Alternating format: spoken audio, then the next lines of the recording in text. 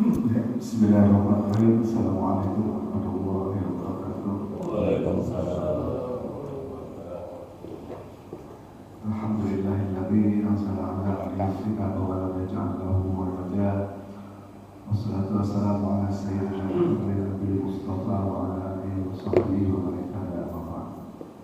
Hadirin jamaah sekalian yang dirahmati Allah Subhanahu wa taala, marilah senantiasa kita panjatkan puji dan syukur kepada Allah Subhanahu wa taala yang senantiasa memberikan kehidupan yang nikmat kepada kita semua sehingga hari ini kita masih dapat berkumpul di masjid yang mulia ini untuk menjalankan kewajiban kita sholat subuh berjamaah.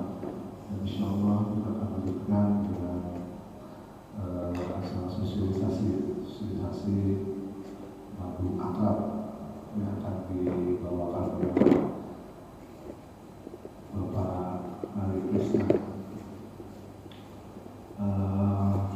Salawat dan salam semoga selalu tercurah pada junjungan kita Nabi Muhammad SAW yang diutus oleh Dia ini untuk menjadi suri tauladan bagi kita semua.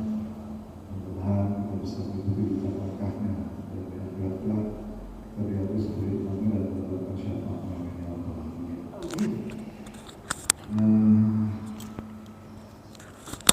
Baik, sebelum kita mulai acara ini, hari ini adalah cukup spesial, jadi saya ingin mengulas sedikit mengenai latar belakang, walaupun nanti ada di slide. Nah ini ya, slide yang ini. Jadi ini adalah latar belakang kenapa kita membuat ide seperti ini. Nominal 1 koma. Jadi pertama kali adalah berangkat dari keprihatinan kami sebagai pengurus bahwa saldo kas masjid kami ini selalu nasabah. Nasabah itu maksudnya adalah nasib 1 koma.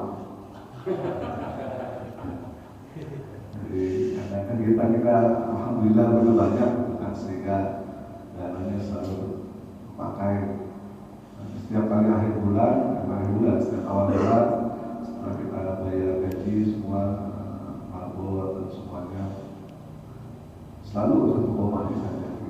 Nanti yang kedua, yang ketiga, yang keempat naik lagi sampai 4 koma, habis 1 koma lagi.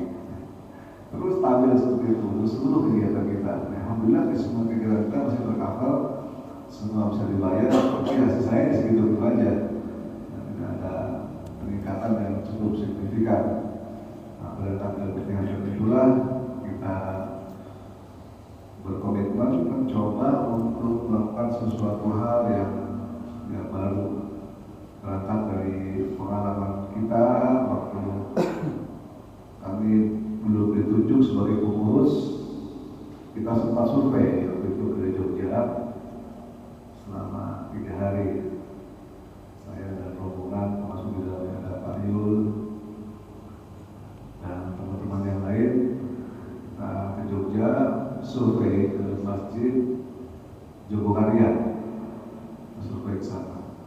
Dan memang Masjid Jogokarian itu masjid yang boleh dibilang sangat mandiri. Sangat mandiri karena Jogokarian itu punya banyak unit bisnis. Dia punya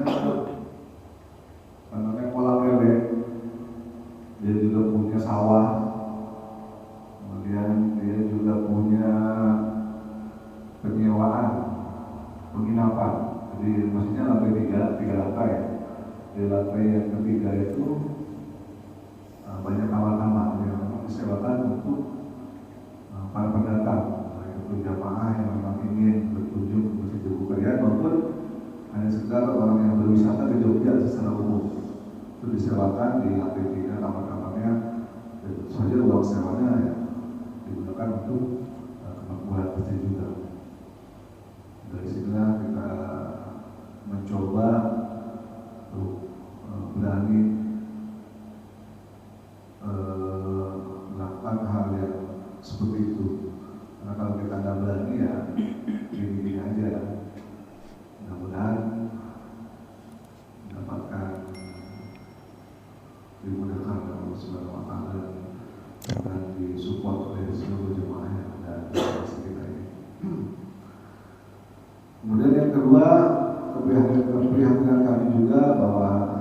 kita melihat sebagai manusia biasa, harus kita melihat bahwa yang namanya mengurus masjid secara serius itu butuh tenaga, waktu, dan usaha yang luar biasa. Sementara kita tidak mudah berkomitmen juga, kita tidak akan menerima gaji dari itu. Karena kita berusaha untuk ikhlas. Bagaimanapun juga sebetulnya itu hal yang salah. Kenapa hal yang salah? Karena di masjid-masjid besar, paling kalau di Arab Saudi sana, yang namanya pengurus masjid itu ditanggung oleh negara. Mereka digaji setiap bulan, ada penghasilan, karena seluruh hidup mereka dari pagi sampai malam diabdikan untuk mengurus, untuk memakmurkan masjid, seluruh kegiatan. Berangkat dari sini juga, tentu di Indonesia ini masjid-masjid tidak ada yang tanggungan negara. Mungkin kalau masjid yang punya penghasilan besar bisa disisihkan sekian persen mungkin untuk menggaji pengurusnya. Termasuk juga kalau di kita kan hanya mampu di sini untuk menggaji warga. Kita gaji. Tentu saja sebagai manusia biasa yang memang kita mengeluarkan banyak effort, kita juga butuh untuk operasional. Minimalnya sih mungkin untuk makan aja. Operasional sangat berdapat juga dari pemikiran seperti itu. Kita berusaha untuk mandiri, berdikari di atas kaki sendiri. Kita dirikan bisnis ini tidak 100% untuk masjid.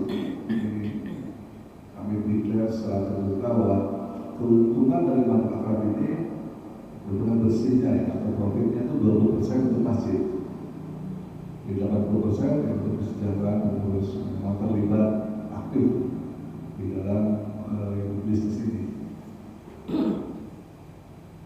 Kemudian terakhir ada sumber pendapatan tambahan khususnya bagi jamaah.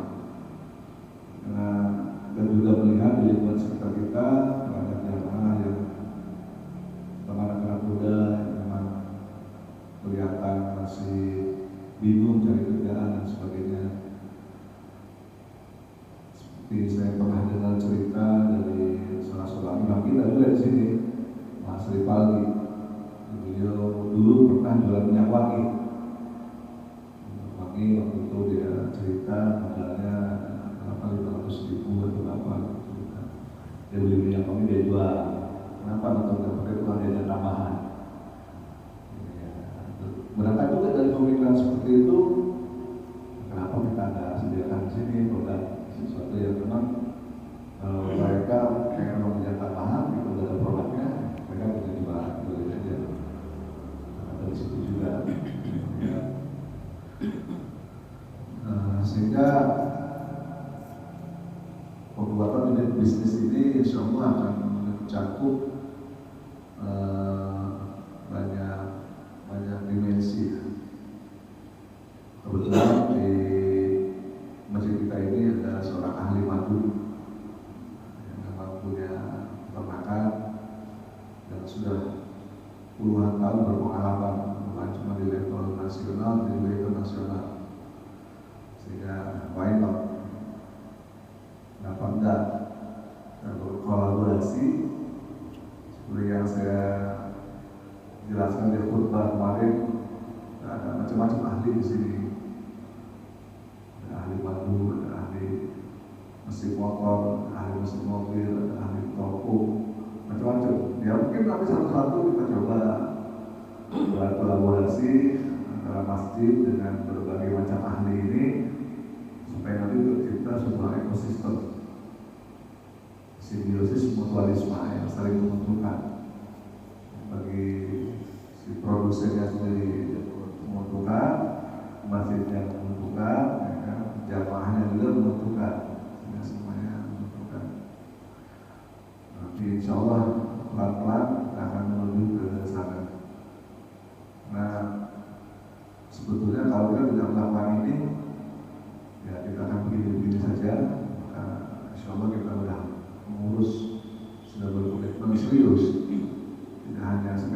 coba-coba. Karena kita akan pasarkan madu akrab ini tidak hanya di sini, melainkan ke seluruh masjid, paling tidak di wilayah Magelang. Jadi kita akan safari, insya Allah, keliling dari masjid ke masjid yang lain untuk mengajak kerjasama, tidak jualan madu akrab, tapi kita menjual bisnisnya. Jadi kita akan ajari mereka bagaimana untuk memasarkan produk madu dengan merek sendiri. Jadi kalau di Anas mungkin mereknya adalah madu akrab, kita akan buka kesempatan di masjid lain untuk punya merek madu sendiri. Misalnya madu takwa atau madu madani misalnya, bisa. Dan kita akan support sepenuhnya. Jadi mereka tinggal kasih kita misalnya desain labelnya seperti apa, nanti kita yang urus semuanya, mereka tinggal terima bersih. Jadi kita tinggal kirim ke mereka madu dalam bentuk label mereka sendiri. Kalau istilahnya di istilah umumnya hal seperti itu disebut dengan makhluk. Kita semua sini akan menyiapkan seperti itu. Kita juga lagi belajar. Ternyata agak repot juga ya, tidak semudah yang bayangkan. Kita udah mulai lumayan ketok kemarin ketok label Pak Yul itu. Label gagal lagi gagal. Ya challenging lah, challenging. Nanti insya Allah kita akan terus maju. Mungkin itu aja. Silakan pada keynote speaker kita Pak Refri Saudara, Sarjana Ekonomi, untuk melanjutkan presentasi ini dari sisi bagaimana cara memasarkannya. Sebelumnya mungkin saya bisa cerita sedikit mengenai background atau belakangnya Pak Ari Krisna ini. Beliau mantan marketing manager di Asia, Bakti Telkom. Jadi beliau punya background yang sebetulnya luar biasa. Saya kalau di ada ini salah satu kenapa saya ambil ini juga, karena kita melihat kita punya sosok yang sebetulnya mampu untuk melakukan ini. Kenapa enggak? Kalau saya sendirian tidak akan lebih mampu. Jadi saya lihat ada Ari ini punya skill yang luar biasa di marketing, sehingga saya silakan ke beliau untuk nanti bagaimana teknik pemasarannya, bagaimana distribusi dan sebagainya. Mari kita sama-sama simak penjelasan dari Pak Ari Krisna. Silakan. Lima sini aja. Duduk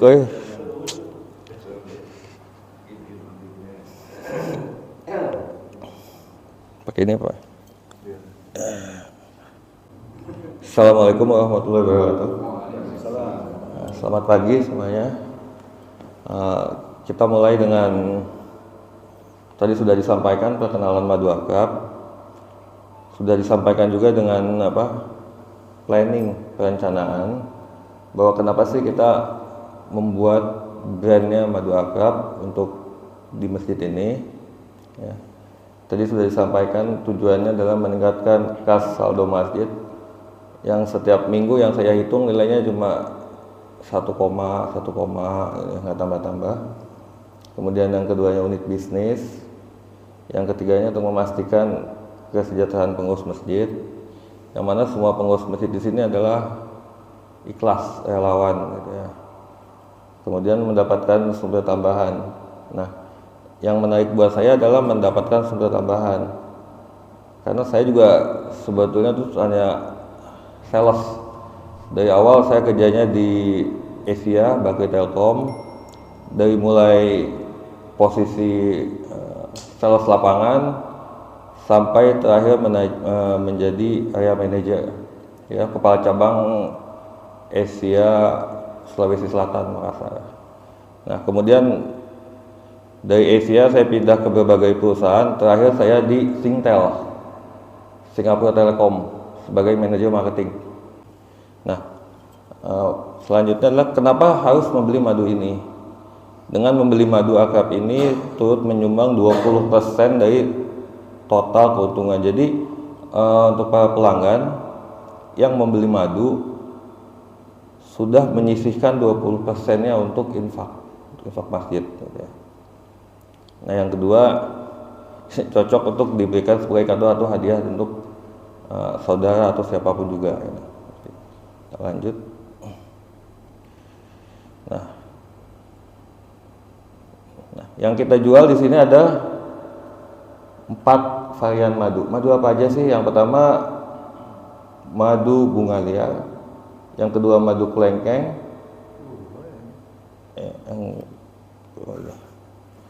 yang ketiga yang keempat madu super. Berubah ya. Madu kelanceng, madu super. Nah, ini adalah varian madu yang coba kita tawarkan untuk para jemaah dan lingkungan sekitarnya.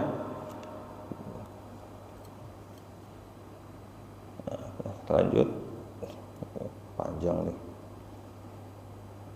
Aduh, telat.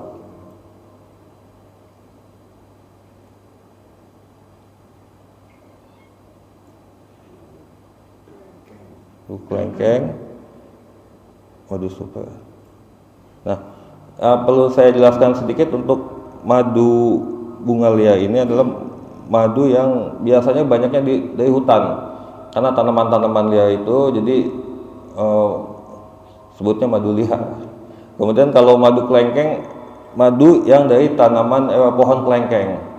Dari pohon kelengkeng, kemudian si lebah itu mengambil sainya jadilah madu. Nah, kalau madu kelanceng itu saya juga lupa lagi.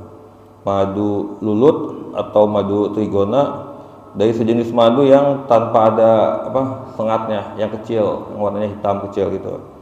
Nah, kemudian kalau madu super itu adalah madu gabungan. Nah, madu super itu adalah madu kelengkeng plus B, polen dan royal jelly. Nah, ini adalah jenis-jenis madunya. Di antara yang sudah saya coba bunga liar, kelengkeng, kelanceng dan super itu, kalau rekomendasi saya sebagai penjual, saya lebih cocok pertama ke kelanceng, kedua ke kelengkeng, ketiga super, baru keempat madu liar. Nah, ini banyak banget kegunaannya, termasuk vitamin-vitaminnya ini. Karena untuk yang pengalaman sudah pernah memakai madu, boleh dicoba lagi.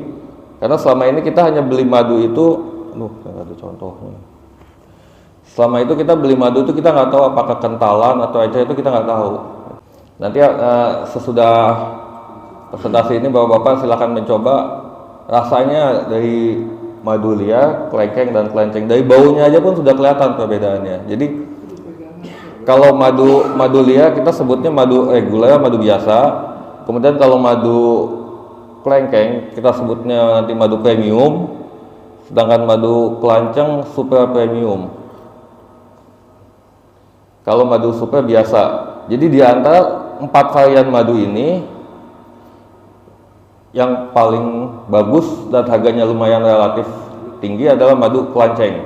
Nah, inilah Pak, ini madu-madu yang kita produk. Jadi kita produknya ini adalah bukannya home industry, masjid industri nih sebenarnya. Kita bikinnya di sini. Ini adalah madu kelengkeng. Nah, dari sini aja kita sudah bisa melihat perbedaannya antara madu bunga liar dan madu kelengkeng. Dari warnanya aja bisa kelihatan beda Pak. Apalagi rasanya nanti bisa dicoba. Ya, dari kekentalannya juga beda Pak itu madu-madu ini. Jadi kami pun di sini ada tertulis 100%, kami berani menjamin ini 100% asli. Ya. Kita tinggal beda begini Pak. Ibaratnya kalau di kendaraan itu mobil itu ini oli Gardan, oli 90, kental banget 40-50 ya.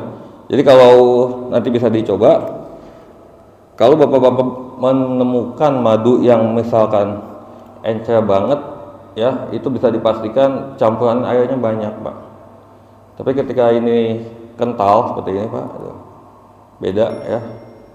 Ini kita madu murni.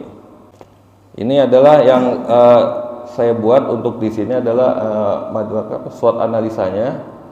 Ya, kenapa sih kami harus mencoba usaha madu? Ya, karena saya melihat pasarnya di sini adalah dari SWOT-nya ada strength adalah kekuatan, jumlah madu yang banyak, jumlah sumber daya alam yang melimpah, masyarakatnya yang hidup sehat. Ya, kemudian kelemahannya sulit mencari madu berkualitas. Saat ini banyak saudara-saudara kita, teman-teman kita yang sulit mencari madu yang berkualitas, betul Pak. Karena kita juga tidak tahu rendahnya edukasi manfaat madu. Kemudian kalau misalkan ditanya, kalau misalkan saya menjual, apa sih yang dijual? Ini madu sudah ada Pak. Saya tidak menjual madunya, tapi saya menjual manfaat madunya. Ya, manfaat madunya ini yang saya jual. Karena di madu ini banyak sekali manfaat-manfaat yang buat kesehatan yang belum kita ketahui. Jadi kita akan bersosialisasi tentang manfaat madu. Yang kemudian jumlah rendahnya kesehatan hidup sehat. Kemudian kita lanjut dengan peluang opportunity. Potensi pasar yang luas. Jadi kita masih punya kesempatan lah. Kuehnya itu untuk jual madu itu masih banyak Pak. Jadi kita bisa jual kemana aja. Masih sedikit jumlah pelanggan. Artinya masih sedikit yang hobi untuk minum madu. Karena dari kita senangnya minum teh manis, pakai gula. Apakah sudah nyobain minum air madu gitu ya, teh madu ya. Nah, itu kita akan coba dan mulainya kita hidup sehat. Jadi untuk yang senang manis mungkin bisa di switch atau diganti dari gula ke madu gitu. Nah, kemudian ancamannya adalah promo kompetitor. Karena sudah banyak produsen madu, ya, kemudian pelayanan yang kurang prima dan pelanggan yang teroris.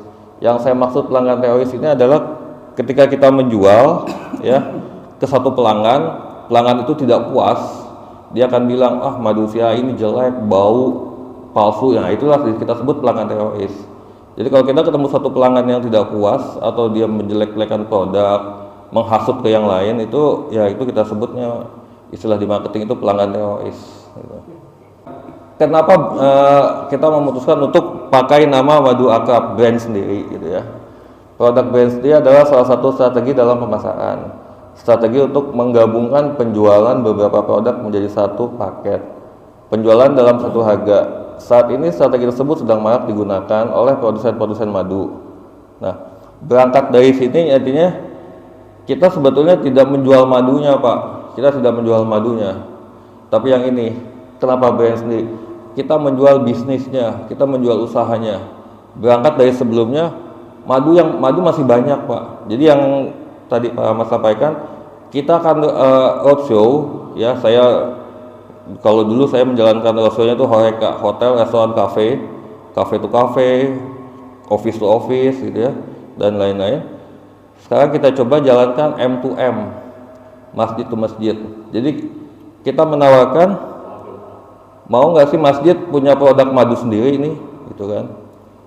Dengan labelnya dia.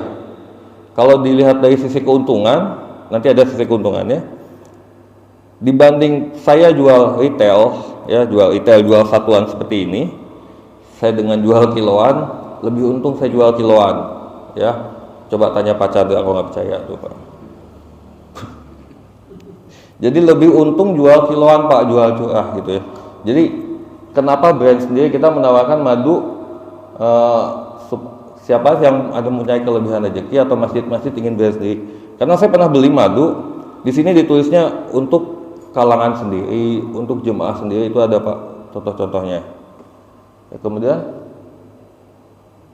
lanjut. Apa ini?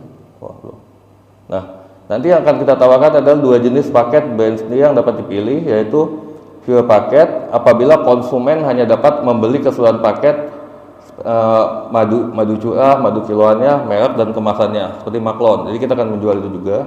Kemudian yang kedua adalah pure paket apabila konsumen dapat memilih antara paket keseluruhan paket atau dapat membeli secara terpisah. Artinya dia hanya membeli, Pak saya beli madu kiloannya aja deh. Untuk yang lainnya nanti saya usaha sendiri. Jadi itu bisa secara terpisah. Nah, kemudian bagaimana sih cara jualnya? Kalau saya tetap membuatnya, cara jualnya adalah direct selling. Direct selling adalah penjualan langsung. Contohnya direct selling adalah seperti ini. Ketika kami menawarkan, apa sih yang ini, apa sih madu, apa yang kami jual. Kami tidak jual madu, tapi manfaatnya. Itu sudah rencana direct selling. Nah, yang kedua adalah pertama, untuk kalau direct selling itu awal-awal kita menawarkan kepada teman-teman terdekat, saudara, adik, kakak, atau siapapun yang dekat, atau komunitas, kita tawarkan madu. Yang kedua partnership. Nah, partnership itu kita mencari agen atau reseller. Jadi kita menjaring teman-teman atau toko-toko yang sudah tersedia dan yang sudah banyak pelanggannya. Misalkan pelanggannya itu banyak datang ke satu toko, ya kita tawarkan untuk menjadi agen atau reseller.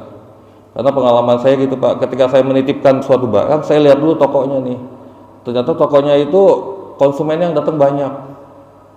Jadi kalau konsumennya sudah datang banyak, saya merasa terbantu ketika menawarkan. Tapi kalau toko itu sepi, nggak ada konsumen, nggak ada yang belanja, nggak ada yang datang, buat apa saya masukin barang saya ke situ? Nah, itu salah satu contohnya. Kemudian yang ketiga adalah online. Kita kan menjual online. Online itu seperti Tokopedia, Lazada, Shopee, itu kita masukin. Kemudian ketiga, yang satu lagi offline. Offline itu kita harus punya satu tempat atau toko yang supaya nanti konsumen itu percaya bahwa kita jual online, ternyata kita punya tempat. Offline-nya di mana? Ya sementara ini offline-nya mungkin ada di masjid, di sini offline-nya. Jadi ketika konsumen ingin mencari offline-nya kemana, bisa datang ke masjid.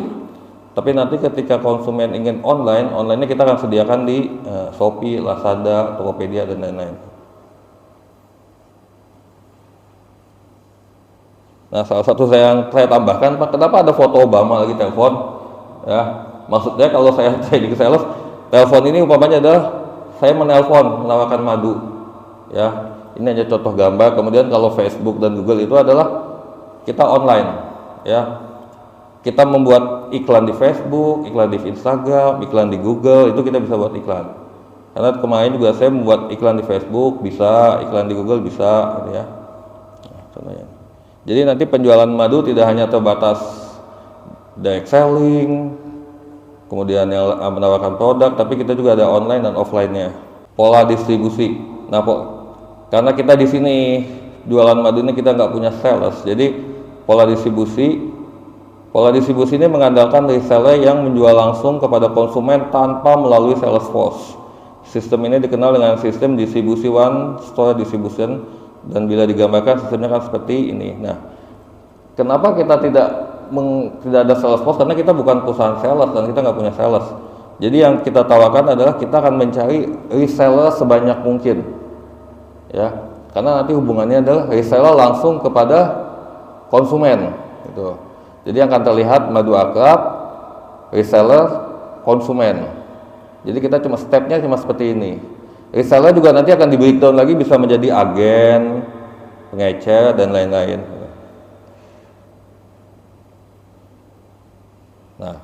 Nah ini yang menarik adalah untuk seorang sales adalah scheme insentif, ya, scheme insentif yang akan kita bagikan, kita berikan, atau kita akan potong di muka untuk setiap sales yang terdaftar di kita, ya, dia bisa menjual produk langsung secara langsung.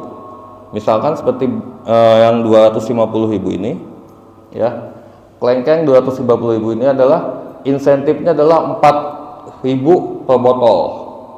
Ya, kalau lihat angkanya 4.000 memang kecil Pak, karena jualnya 1. Coba kalau jualnya 1.000, jualnya 100, kelihatan memang angkanya kecil 4.000. Tapi ini adalah insentif yang akan kita bagikan kepada yang mau bantu kita menjual, dan ini akan dibagikan langsung potong di muka. Misalkan harga eceran kita adalah misalkan 60.000, ya, untuk botol 250 gram. Nah, nanti insentifnya adalah langsung potong di muka, jadi setorannya 56.000 seperti itu. Nah, yang kita lagi coba. Karena insentifnya dari 250 dan 450 itu beda-beda. Di kita sebutnya tiering, ada kenaikan. Ya, ini untuk insentif. Kemudian yang terakhir, yang satu lagi adalah infak. Di situ ada kodenya FM. FM adalah formas, atau untuk masjid. Ya, kita sebutnya FM itu untuk masjid. kita akan bagi keuntungannya adalah 20%. Jadi setiap madu 250 gram, keuntungannya buat mesinnya beda. Dari 250 gram 20%, kemudian dari 450 gram 25%, 25% ya, sama 20%. Nah, selanjutnya juga sama 30%. Jadi setiap kenaikan jumlah botol madu, jumlahnya beda, jumlah insentifnya beda. Kemudian yang satu lagi adalah insentif untuk reseller atau grosir. Kita akan coba hitung untuk insentif untuk grosir ada dengan minimal pembelian 5. Dengan pembelian minimal 5, kita sudah buatkan skim insentifnya namanya double diskon. Jadi adalah potongan di muka dan potongan di awal. Contohnya misalkan ada yang membeli 5, harganya pun sudah kita turunkan, kita diskon di awal, misalkan kita turunkan 5.000, nanti dari jumlah pembayaran 5 kali 50 itu kita diskon lagi 20%. Ini untuk reseller. Karena kita berkeinginan, saya juga berkeinginan dan semua teman-teman, saya nggak mau botol ini banyak di masjid, Pak. Saya nggak mau. Botol ini harus banyak keluar semua. Jadi kita tiap minggu atau tiap hari itu hanya menelpon, hanya nunggu setoran aja atau kita ambil. Jadi kalau untuk yang retail ini hanya sediakan paling beberapa botol yang ada di sini. Jadi kita nggak mau banyak-banyak botol di masjid. Jadi konsep kita adalah ini botol semua harus keluar semua, nggak boleh ada di sini. Gitu. Nah, ini salah satunya adalah jaringan distribusinya. Ya, jaringan distribusi ini yang lebih banyak dipakai oleh perusahaan sales, sama Pak, seperti contohnya seperti ini. Ya. Saluran distribusinya adalah produsen, konsumen akhir, produsen pengecer, konsumen akhir, produsen pedagang besar, pengecer, konsumen akhir, produsen, agen, pengecer, dan konsumen akhir. Nah, kalau kami sebagai konsumen, kami akan langsung yang pertama produsen ke konsumen akhir, akan langsung seperti itu, atau produsen pengecer konsumen. Cuma dua yang kita pakai, Pak, karena kita belum punya komitmen dengan pedagang besar. Kalau misalkan komitmen dengan pengecer, kita sudah ada yang ingin menampung. Itu pun dia masih melihat-lihat apakah dia bisa menjual atau tidak. Nah ini quote-nya salah satunya adalah hasrat. Perbedaan antara yang gagal dan yang sukses bukan terletak dari modal pengetahuannya, tapi lebih dari itu karena kuatnya hasrat mereka dalam memperjuangkan kesuksesan. Nah, ini salah satu yang saya pergunakan di sini adalah bekerja lebih banyak, lebih cepat dan lebih baik dengan SDM yang terbatas. Ya, karena kita sudah sadarin bahwa di kita ini SDM kita terbatas, jadi hampir semua apapun bisa kita kerjain. Nah, ini salah satunya adalah madu akapnya. Contohnya adalah kenapa kita pilih madu akap adalah kebersamaan kita semua dengan saudara. Oke, terima kasih. Assalamualaikum warahmatullahi wabarakatuh. Hah? Oh, iya lupa. Kalau training mah nggak ada yang nanya. Oke, bapak-bapak mungkin ada yang tanya, mungkin ada yang mau sharing tentang pengalaman madu. Jadi saya juga mencoba sharing pengalaman madu ya. Pertama mungkin dari propolis ya, saya mau sharing juga, kita juga nanti menjual propolis. Saya 2019 Pak ya, pengalaman saya 2019. Kenapa saya ada di sini gitu ya? 2019 itu saya di Bandung, sedang mau jam 7 pagi Pak, saya mau ke kantor. Saya udah masuk kamar mandi, saya udah nyalain air panas, sudah mandi. Tiba-tiba saya jatuh di kamar mandi Pak. Jatuh di kamar mandi, kepala sebelah sini ke lantai langsung kencang nih. Ya, mengakibatkan saya lumpuh sebelah kiri dari pinggang ke bawah. Saya nggak bisa jalan, saya diseret. Orang bilang gejalanya stroke gitu ya, lumpuh sebelah kiri. Mata semua kena, gejalanya amnesia, lupa ingatan. Malah ke ibu saya aja, lu siapa? Saya mah gitu, siapa lu siapa? Semua saya tunjuk-tunjuk gitu. Ya, nah, kemudian saya periksa ke dokter dan lain-lain, malah dokter bilang, Pak, jangan minum obat, Bapak minum aja propolis. Itu yang bilang dokter spesialis Pak, spesialis saraf di Rumah Sakit Fatmawati. Bilangnya Bapak minum propolis aja. Nah, berkat itu saya beli propolis Pak, saya beli propolis. hampir setiap hari saya minum propolis dan hasilnya alhamdulillah Pak, ini memori saya balik lagi, semua balik lagi. Tadinya saya udah nggak bisa apa-apa Pak, udah dibilang apa ya, lumpuh lah, udah nggak bisa ngapain, jalan aja saya nggak bisa gitu. Nah, kemudian tentang madu, saya punya pengalaman juga tentang madu Pak. Saya biasanya beli madunya dulu itu madu pramuka. Madu pramuka itu madu super ya. Ketika saya dinas saya pegang area Jawa Barat, saya lebih lama tinggalnya di Garut. Nah, saya coba minum madu setiap hari Pak. Setelah sholat subuh 2 sendok pakai air hangat, saya minum. Terus saya minum. Saya coba selama hampir 3 hari Pak. 3 hari 4 hari. Saya nggak makan nasi sama sekali. Saya hanya makan biskuit, roti. Tapi aktivitasnya masih kuat. Pagi saya minum madu, siang saya minum air madu, malam mau tidur minum air madu.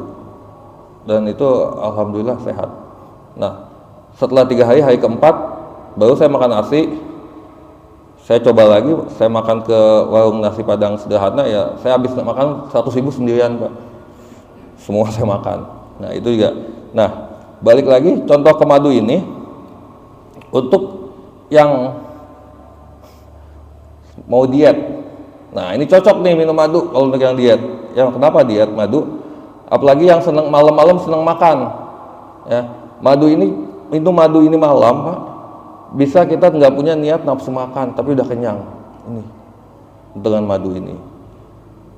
Kemudian saya pernah coba juga, nanti ada contohnya sabun mandi. Saya pernah coba madu ini jadi masker di muka Pak. Madu asli itu madu ini Pak. Saya coba, kalau nggak percaya ini saya coba, misalnya saya buka, saya makan ke muka ini Pak. Selama 10 menit, nanti cabut angkat begini, muka bersih. Makanya kenapa ada sabun madu. Nah, ya kalau sabun madu kan pakai kimia tuh, diaduk-aduk, campur-campur. Kalau enggak, saya enggak Pak, saya pakai ini langsung. Saya buka, masukin ke tangan, saya begini. Saya cobain Pak, udah saya cobain. Hasilnya lumayan Pak, tambah muka tambah bersih, tambah bagus. Ya itu saya coba semua mengenai madu. Kemudian juga saya coba mengenai madu itu bulan puasa Pak. Bulan puasa saya tinggal di Bandung, saya ngekos di Bandung. Ketika bulan puasa saya harus, kalau saya makan sahur kan saya harus keluar jam 3, susah gitu ya. Masa saya tiap hari makan Indomie gitu kan, males. Saya minum air madu dan kurma. Itu Pak sampai buka puasa itu ya, saya badan masih sehat Pak. Maksudnya masih badan kuat, bisa jalan-jalan kemana, main sepeda, lari-lari, hanya modal madu. Jadi kalau buat saya banyak pengalaman dengan madu dan propolis. Mungkin Bapak ada yang nanya tentang madu. Saya juga baru sedikit Pak belajar madu, tapi saya lumayan pengalaman pemakainya ada gitu. Mengenai madu atau apa? Lebih cocok lagi nanti kita coba minum air madu. Saya nyoba air madu Pak ya. Saya coba madu bunga liar, madu kelengkeng. Beda Pak rasanya. Beda. Kalau menurut saya baru coba 2 nih Pak, madu bunga liar dan madu kelengkeng ya. Menurut saya lebih enak madu kelengkeng dibanding madu bunga liar. Karena dahaga pun beda. Ya kan, dahaga beda, rasanya beda, dari baunya aja beda. Ya, sudah cium baunya beda. Nah, nanti kita akan coba, kalau emang Bapak berminat, silahkan. Karena harga madu akrab ini harganya harga reguler, harga biasa. Kemudian kalau madu kelengkeng ini adalah madu premium. Nah, yang sudah satu lagi yang super premium, madu kelanceng, madu lulut. Nah, itu beda. Rasanya juga beda, manfaatnya semua beda.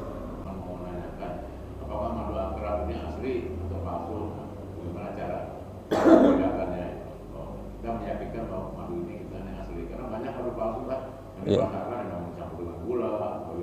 Nah, kalau untuk membedakan masalah madu, secara simpel yang saya ketahui adalah kita ngetesnya lebih simpelnya, kita cari gerombolan semut aja untuk membedakan aslinya atau tidaknya kan.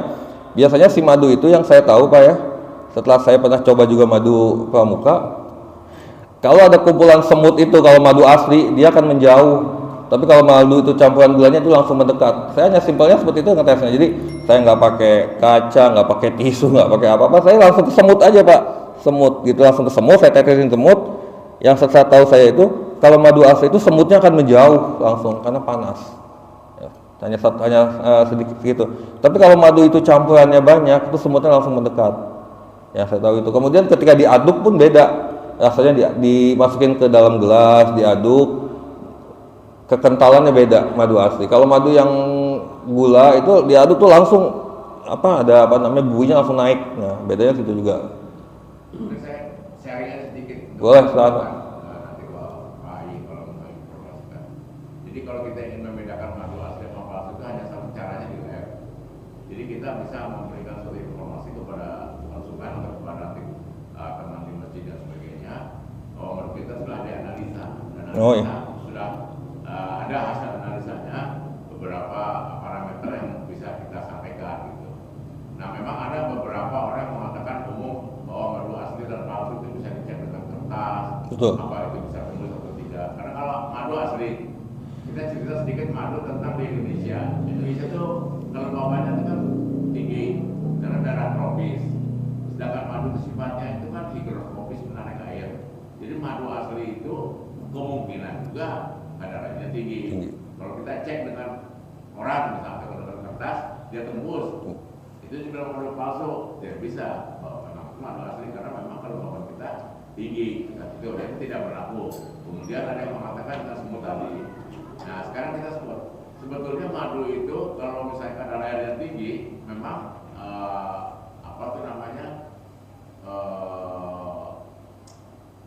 dia sifatnya itu apa ya? Tadi saya sudah bilang higrotropis.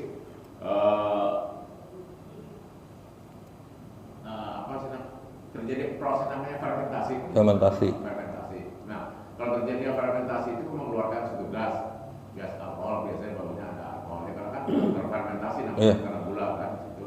Nah itu memang semut tidak akan datang gitu, tidak akan datang. Padahal madu itu kualitasnya rendah, asli tapi rendah, nah, karena dia ada gas yang semut tidak mau datang. Tapi kalau madu asli yang kental itu kemungkinan semut juga bisa datang atau bisa juga tidak.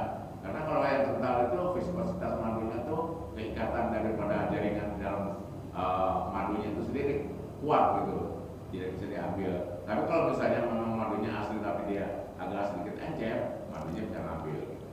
Jadi semut tidak bisa sebagai indikator bahwa madu itu asli atau tidak. Keenceran tidak bisa dikatakan sebagai madu atau itu tidak. Karena kalau madu hutan itu otomatis kelembabannya, kadar airnya tinggi, bisa sampai dengan 25 sampai 30%. Itu encer. Sedangkan madu yang akrab jual itu udah dianalisa. Itu kadarnya kan antara 17 sampai 18%.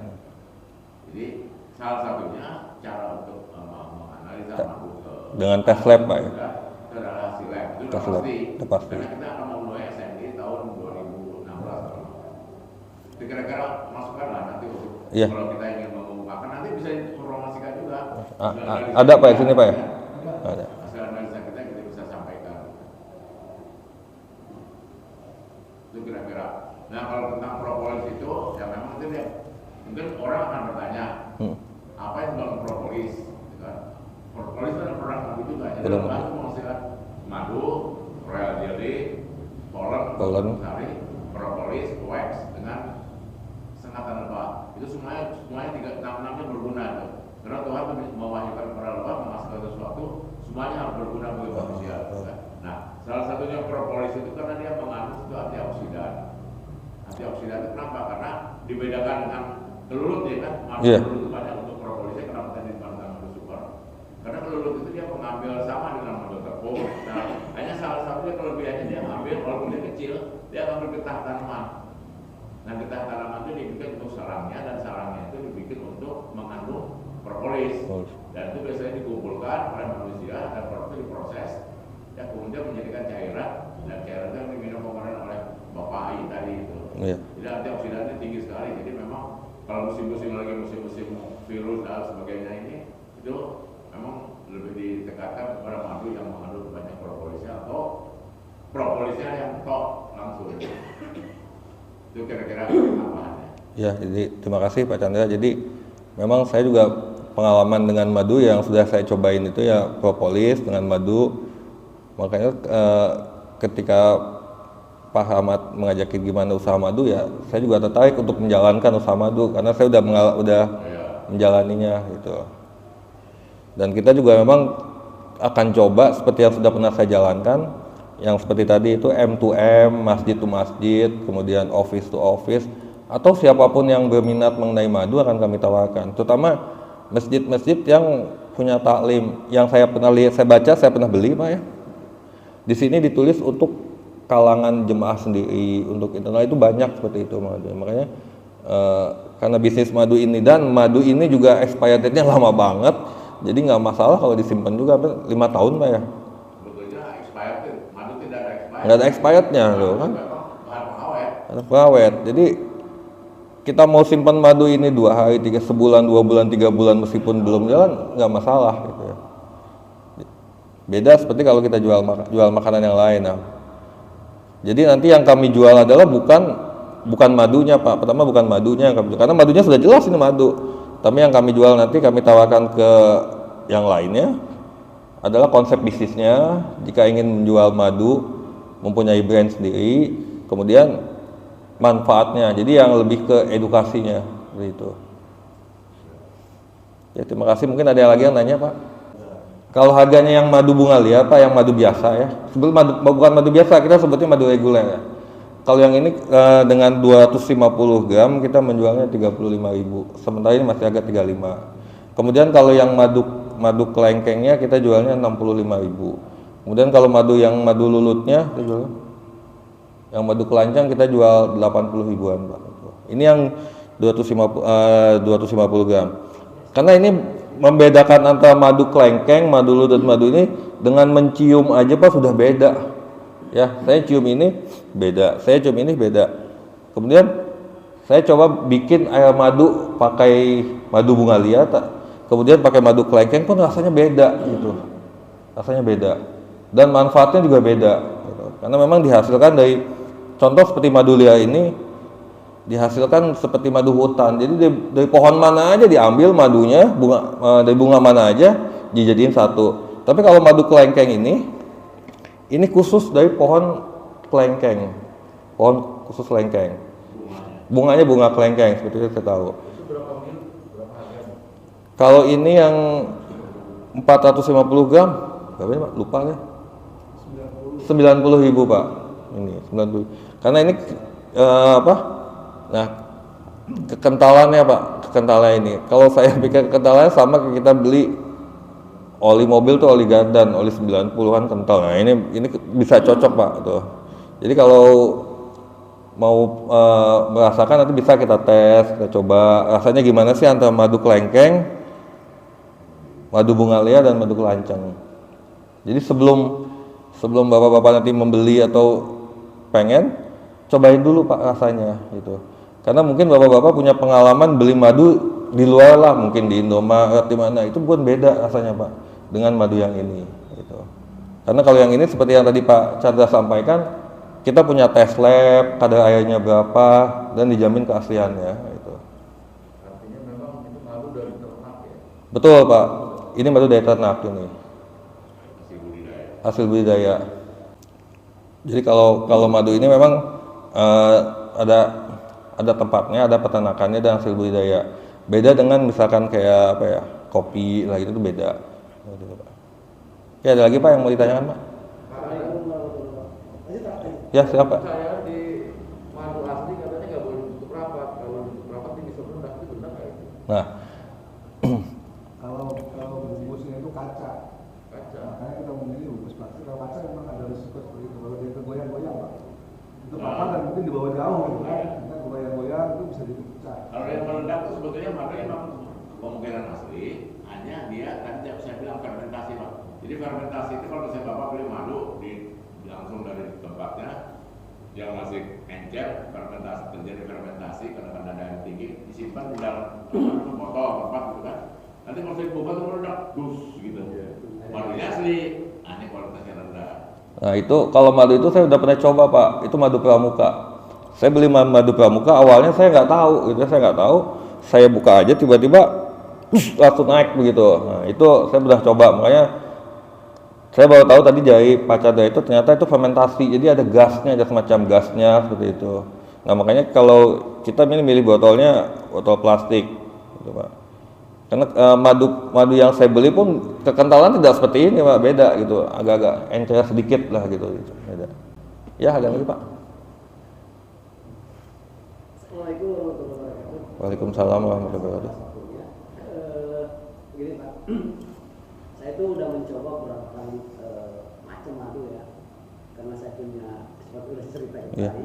Jadi dari 2016 saya ketika musibah dengan hilang suara ini, banyak orang yang merekomendasikan agar banyak minum madu, sampai madu yang manis atau yang pahit udah saya cobain, sampai yang biasa, sampai yang rukiah udah saya cobain, gitu kan, melalui teman-teman juga gitu kan.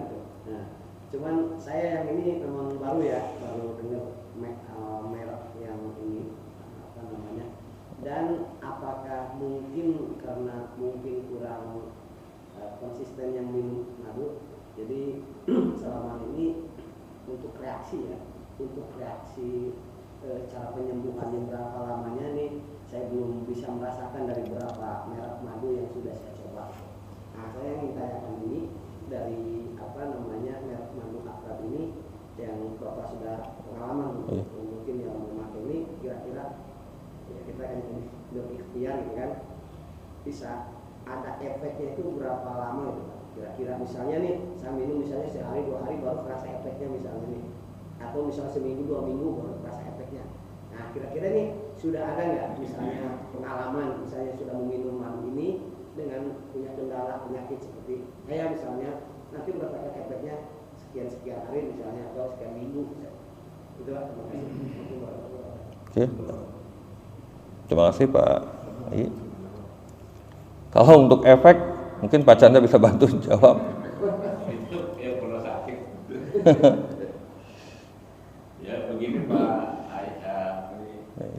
jadi sebetulnya madu itu memang dikatakan juga bisa sebagai produk apa namanya food supplement, bisa juga sebagai obat. Tapi kita juga tidak seperti obat yang kita langsung minum langsung kita seplong gitu, enggak. Memang bisa kita pusing minum obat langsung hilang. Madu itu sifatnya juga tidak langsung melangsungkan hilang penyakit gitu. Karena madu itu sifatnya kalau kita minum kita dapat energi beda dengan kita minum gula. Kalau kita minum air gula itu kan ada proses di dalam tubuh namanya insulin aktif untuk mendapatkan energi. Tapi kalau madu itu kita minum langsung bisa diserap oleh darah. Karena memang madu itu bukan fruktose, bukan sukrose, bukan gula biasa, tapi dia fruktose. Fruktose itu seperti gula buah yang bisa diserap oleh tubuh kita sehingga setengah jam kita dapat energi. Nah, madu itu memang sifatnya demikian. Kemudian kalau sifatnya untuk pengobatan itu memang dia membutuhkan proses. Nah, tapi seperti tadi Ayi, kemudian Bapak yang punya sakit itu memang ada satu proses. Saya memang menyarankan madu yang diminum itu kalau untuk suara ini karena berhubungan dengan tenggorokan itu madu yang mengandung propolis. Ya, madu propolis. Jadi madu kelulut kan ada madu di sini dijual. Tidak ada Pak. Nah, madu kelulut itu madu yang propolisnya itu kadang-kadang lebih tinggi dibandingkan dengan di dalam madu biasa. Misalnya ada madu itu jadi begini, mungkin saya sedikit terangkan juga. Madu itu dihasilkan oleh lebah, ada yang namanya lebah mellifera, lebah yang senang. Tadi itu lengkeng, itu dihasilkan oleh lebah mellifera. Bunga liar, lebah hutan itu dihasilkan oleh lebah khusus, lebah hutan. Tapi ada lebah yang namanya pelancong, kalau bahasa Sunda itu pelancong ya. Dewel. Nah, dewel. Kita dewel atau kelulut atau trigona atau apa itu menghasilkan namanya madu yang mengandung kandungan propolisnya tinggi. Nah, kandungan propolisnya tinggi itu saya terangkan tadi sudah rendah. Nah, itu memang salah satunya baik untuk pengobatan di dalam tenggorokan dan sebagainya. Karena dia mengandung atau antivirus, kemudian dia antioksidan. Dan biasanya kalau orang batuk, orang apa segala macam itu cepat sekali sembuhnya itu dengan menggunakan madu yang mengandung propolis. Semoga nanti ini mencoba madu yang dengan madu propolis tadi itu bisa lebih baik dibandingkan dengan tadi yang madu pahit, madu apa segala macamnya. Jadi saya mencoba itu Pak, biasanya itu sampai 1 botol ke 4 botol. Iya. Jadi satu merek nih saya cobain 1 botol misalnya udah 4 botol nggak ada reaksi, stop saya, ganti lagi merek yang lain. Saya udah dari perorangan, beri di online juga, saya udah berapa kali saya coba. Makanya sampai yang khusus yang apa namanya obat gurah itu lah, berubah itu saya sampai hampir 10 ini saya coba. Cuman yang satu persatu itu yang saya mengalami itu reaksi untuk ini itu semuanya itu ya, makanya saya lebih sekarang itu terus terang aja Pak, untuk berobat ke satu merek itu saya udah enggak. Saya ikhtiar, saya udah kemana-mana, istilahnya saya hanya yaudah, saya udah berikhtiar hanya berikan si ini aja. Saya itu tapi ya alhamdulillah gitu kan. Terus terang aja saya semenjak pindah ke sini sudah hampir masuk ke 1 tahun lebih lah saya pindah ke sini nih, suara itu besar agak enak loh. Dari sebelumnya itu saya itu nggak bisa Pak, kalau boro-boro saya azan atau imamin saya nggak bisa Pak. Jadi baca Quran pun saya 1 ayat surat Fatihah itu saya nggak nyampe. Jadi kenapa saya hijrah ke sini? Karena itu salah satu asbab saya itu. Jadi karena saya aktif di beberapa masjid gitu kan, saya terlalu pas itu emang kendalanya itu. Dan saya minum obat. Jadi yang saya ini sekarang pertama yang saya rasakan istirahat untuk ini itu emang itu agak efektif gitu Pak. Yang kedua, kalau untuk obat baik medis secara ini ataupun obat-obat herbal itu mungkin udah 10 kali yang saya coba karena apa namanya ya saking pingin sembuhnya gitu kan.